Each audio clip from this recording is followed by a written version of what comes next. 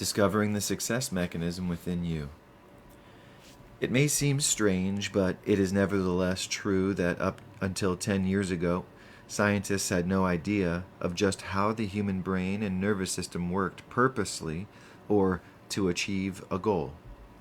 They knew what happened from having made long and meticulous observations, but no single theory of underlying principles tied all these phenomena together to a concept that made sense.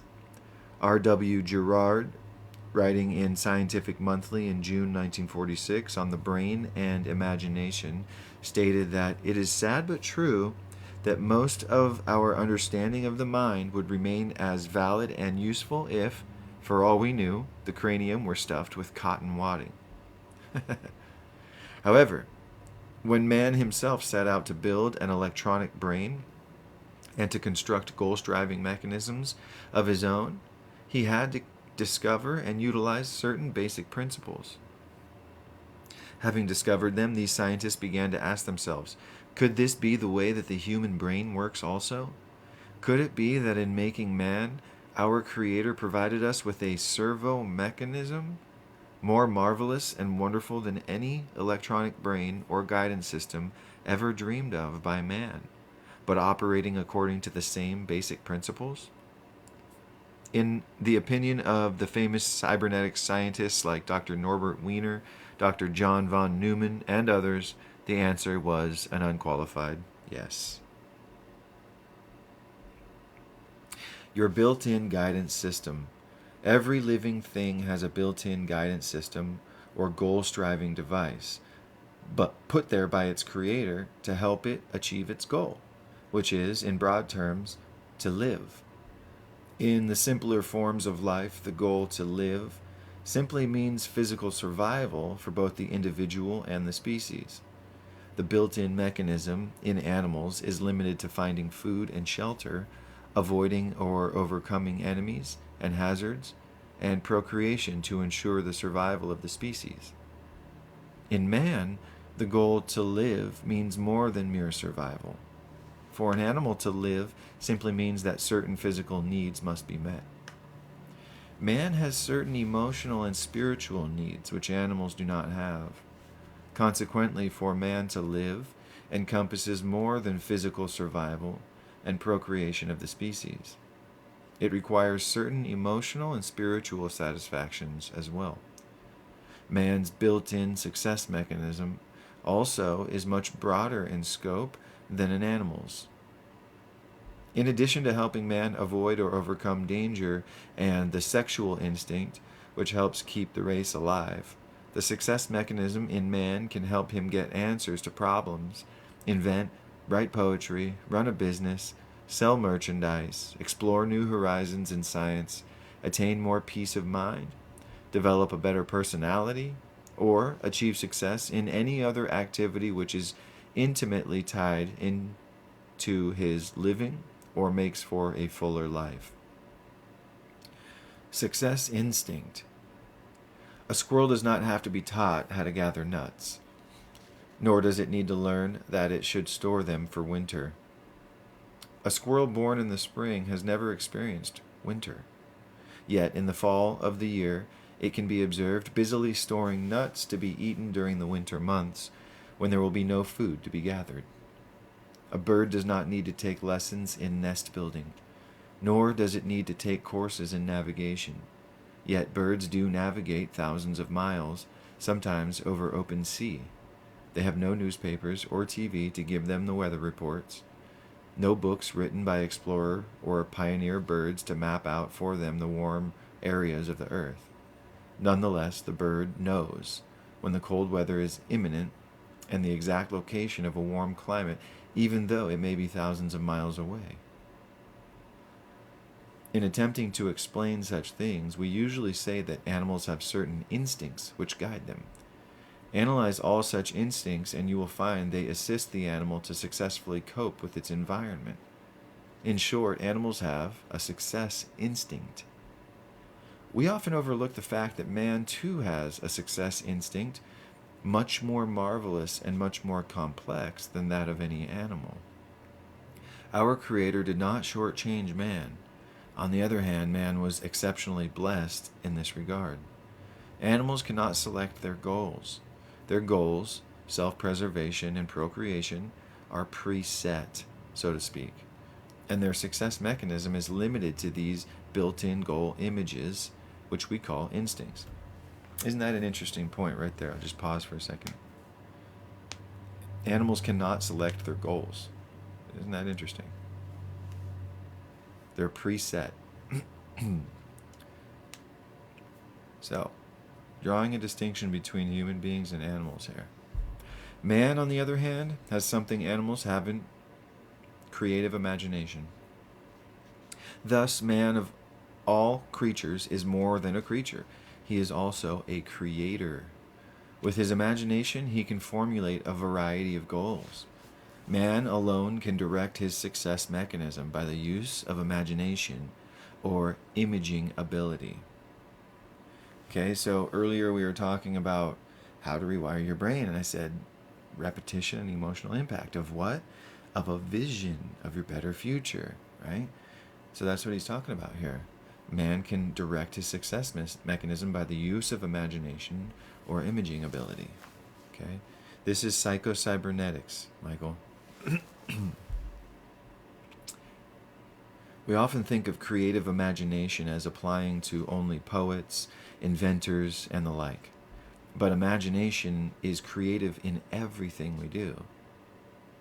Although they did not understand why or how imagination sets our creative mechanism into action, serious thinkers of all ages, as well as hard-headed, practical men, have recognized the fact and made use of it. Imagination rules the world, said Napoleon. Imagination of all man's faculties is the most godlike, said Glenn Clark. The faculty of imagination is the great spring of human activity and the principal source of human improvement. Destroy this faculty, and the condition of man will become as stationary as that of the brutes, said Dugald Stewart, the famous Scottish philosopher. Well, I'm going to tell you guys right now, that is the state of humanity today. Our imagination is being destroyed. And I got to raise the alarm here. TikTok is a major infiltrator there. When you scroll, your imagination is pretty much rendered incapacitated. Okay, not you. When we scroll, I scroll as well. But I'm noticing now how it cuts me off from my creative faculties. It's very addictive, and it does absolutely nothing for me. In fact, it builds tension and it builds anxiety, and it puts ideas in my mind in a rapid pace that would not be there otherwise, and that are not healthy. So I think taking a tip from Jim Rohn and every day standing guard at the door to your mind is good advice. You can imagine your future, says Henry J. Kaiser, who attributes much of his success in business to the constructive, positive use of creative imagination. It does. It's ruined my train of thought. My dreams are starting to be cut off. Right, Michael, I'm so glad you're admitting that and helping raise awareness on that, because it's so true. We have to reverse this effect. We have to admit that the scrolling, and you see the increasing anger of people on TikTok too. Like, I get that there's an undercurrent of anger, right, in the working class people, and the poor and the middle class. But TikTok giving them a platform to vent it is not necessarily a good thing. In my opinion, I see it changing. I see people gathering in the venting and the yelling and the screaming and the complaining, and I gotta say those are the emotions of stress, when they could be directing their attention and their energy towards something conducive and something healthy, and reinvigorating their imagination, their creative mind, to a better end. But again, with bite-sized chunks of inflammatory material, it's a major distraction. Major distraction. Just like they say here, destroy this faculty and the condition of man will become as stationary as that of the brutes.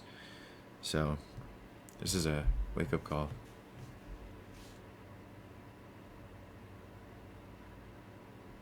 How your success mechanism works. You are not a machine, but new discoveries in the science of cybernetics all point to the conclusion that your physical brain and nervous system make up a servo mechanism which you use and which operates very much like an electronic computer and a mechanical goal-seeking device. Listen closely to this. This is profound. Your brain and nervous system constitute a goal-striving mechanism which operates automatically to achieve a certain goal, very much as a self-aiming torpedo or missile seeks out its targets and steers its way to it. Your built-in servo mechanism functions both as a guidance system to automatically steer you in the right direction to achieve certain goals or make correct responses to environment, and also as an electronic brain, which can function automatically to solve problems, give you needed answers, and provide new ideas or inspirations. In his book, The Computer and the Brain, Dr. John von Neumann says that the human brain possesses the attributes of both the analog and the digital computer. The word cybernetics comes from a Greek word which means literally the steersman. See, cybernetics is a crazy word, right? Here's what it means. The steersman. Servo mechanisms are so constructed that they automatically steer their way to a goal, target, or answer. Okay, so this might be new to you guys. He's going to explain in much more depth, but I just want to give you guys an example. Your thermostat on the wall in your home that controls your heating and cooling, temperature in your home, is a servo mechanism. It automatically steers the temperature in your house to a goal or target. You provide the goal, which is the set point, which let's just say 70 degrees, right? And let's say it's really cold.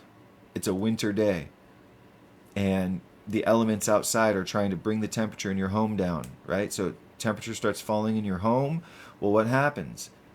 That mechanism has a sensor that picks up on the deviation. It picks up on that drop in temperature, and boop, it automatically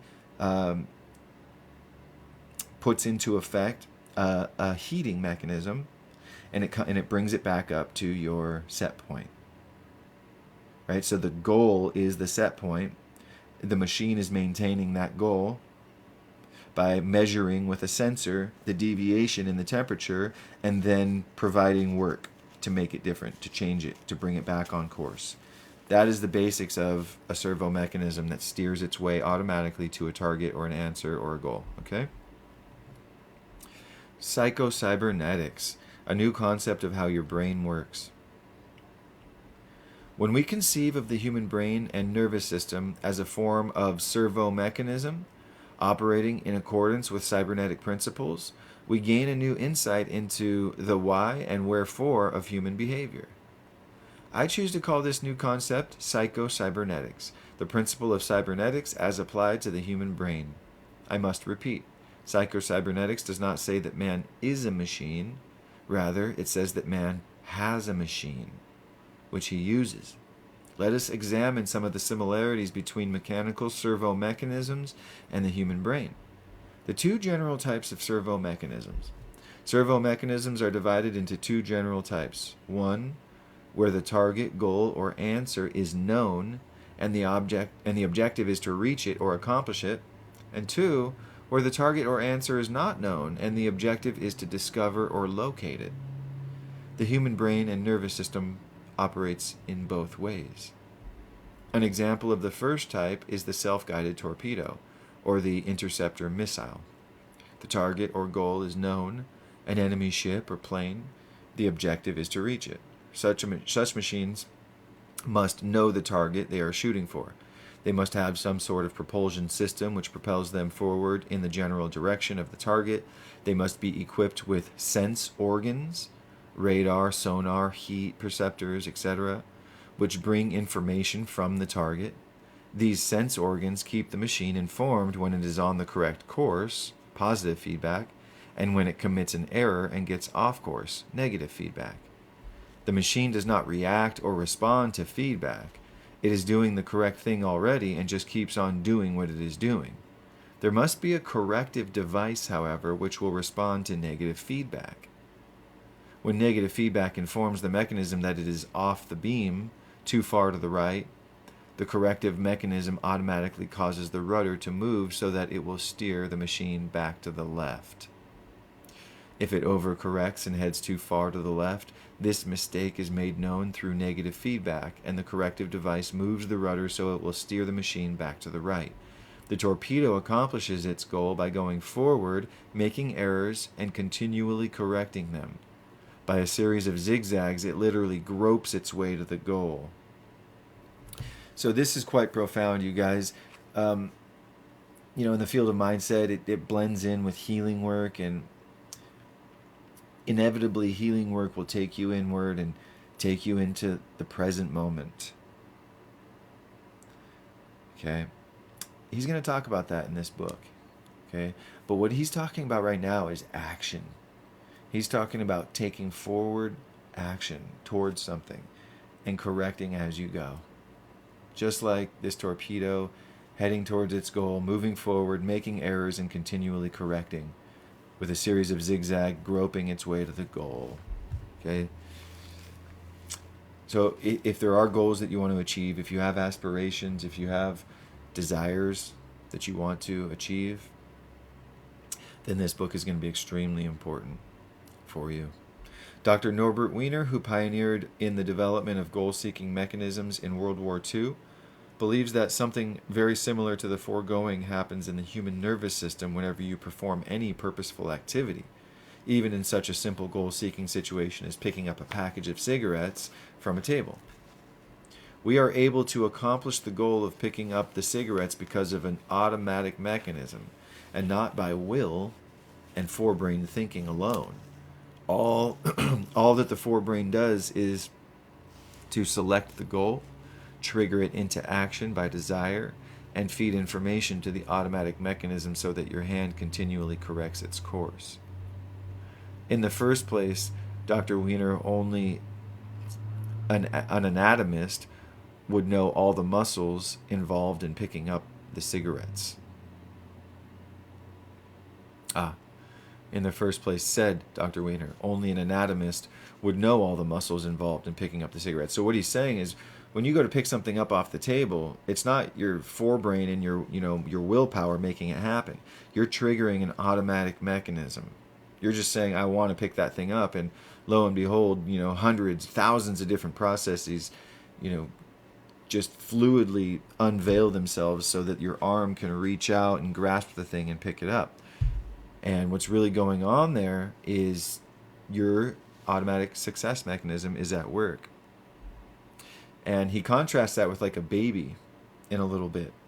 A baby gropes its way, right? It tries to pick stuff up and it misses, and it touches this, and it's all over the place. It has to grope its way.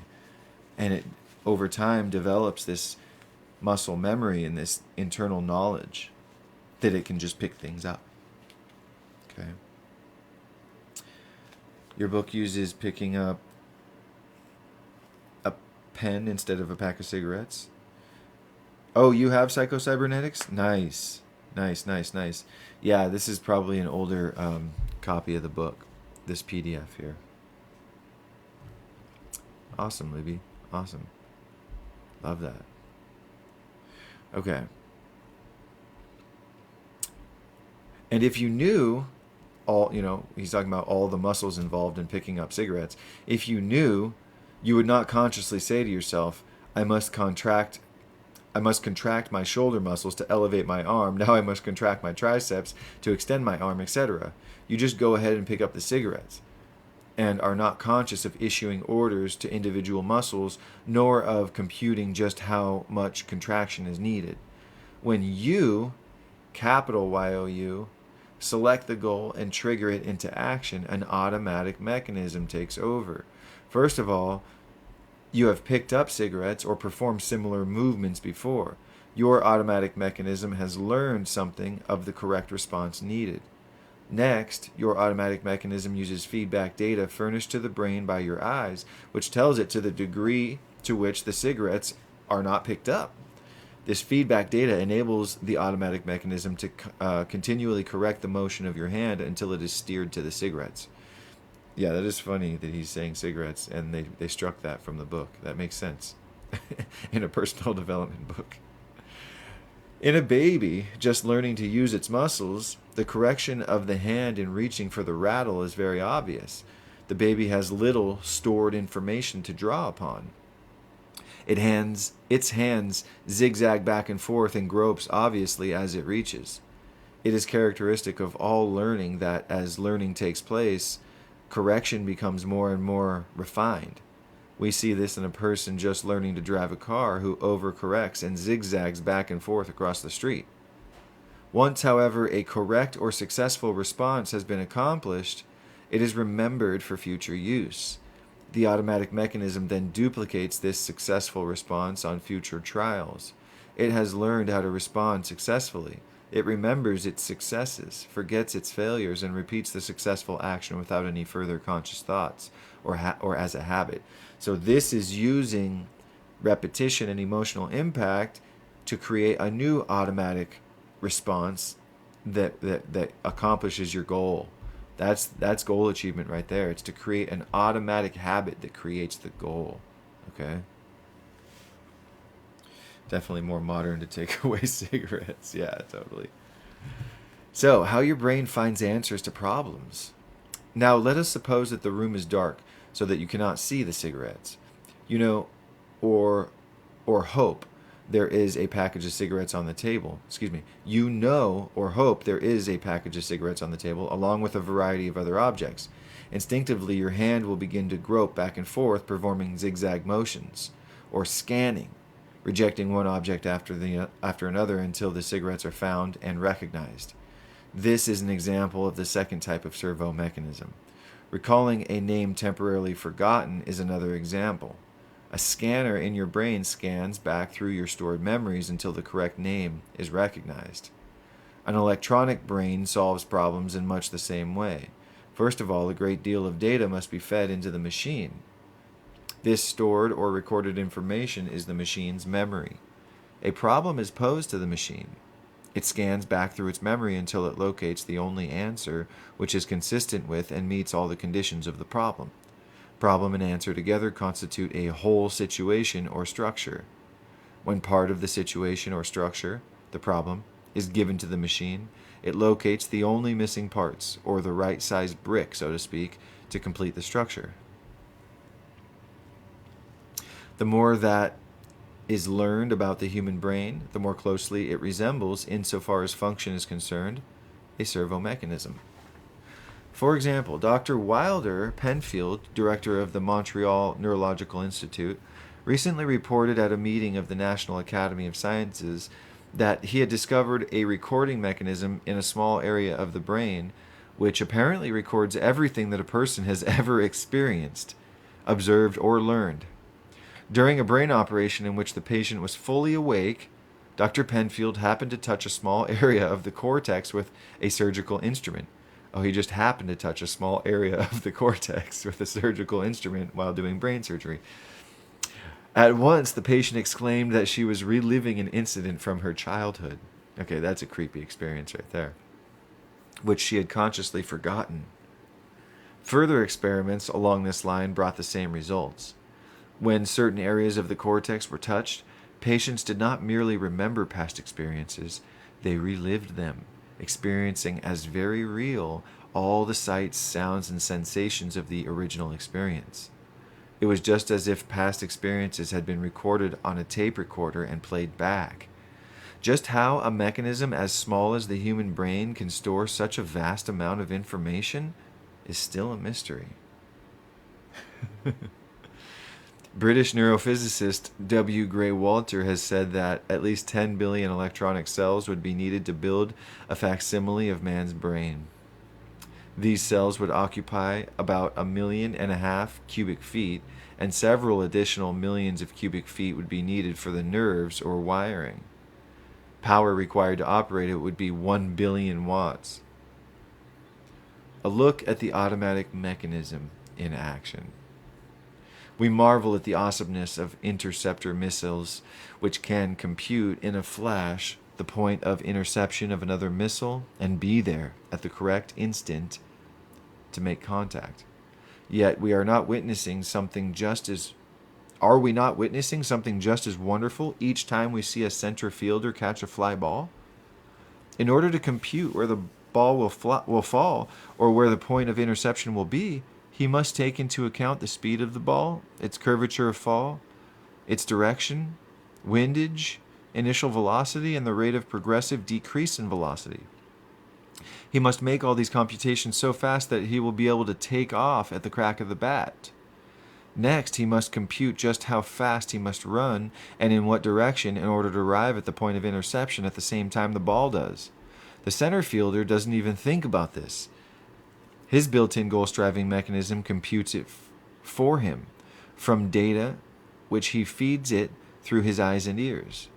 The computer in his brain takes this information, compares it with stored data, memories of other successes and failures in catching fly balls.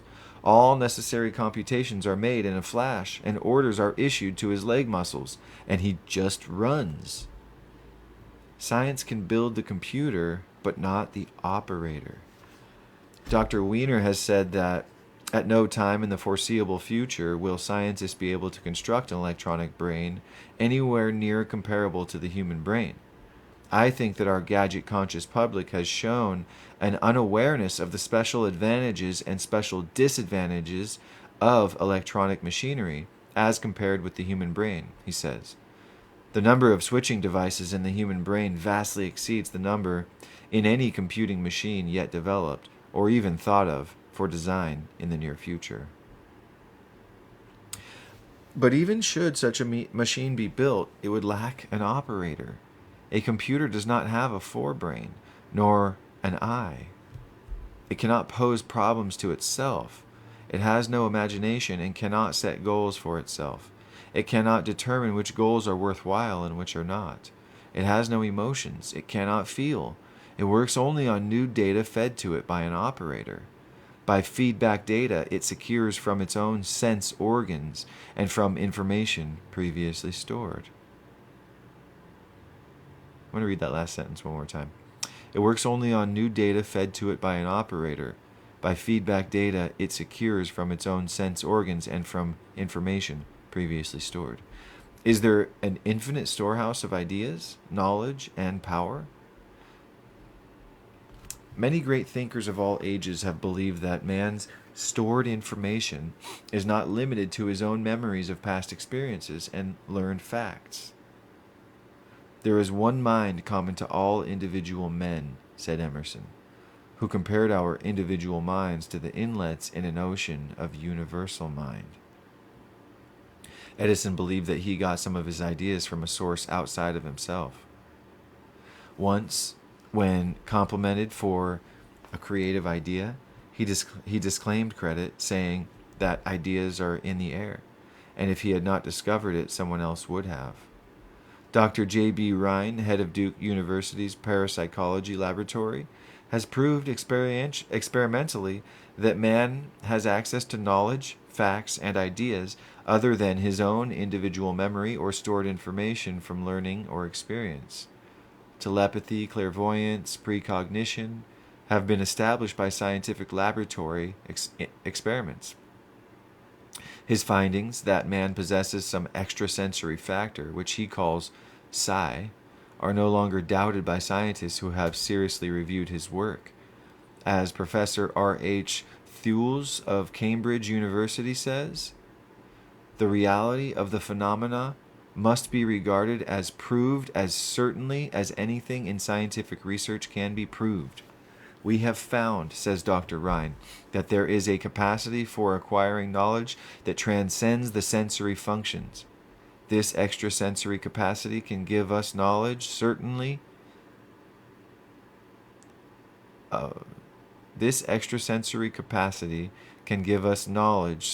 of objective and very likely of subjective states, knowledge of matter and most probably of minds. Schubert is said to have told a friend that his own creative process consisted in remembering a melody that neither he nor anyone else had ever thought of before.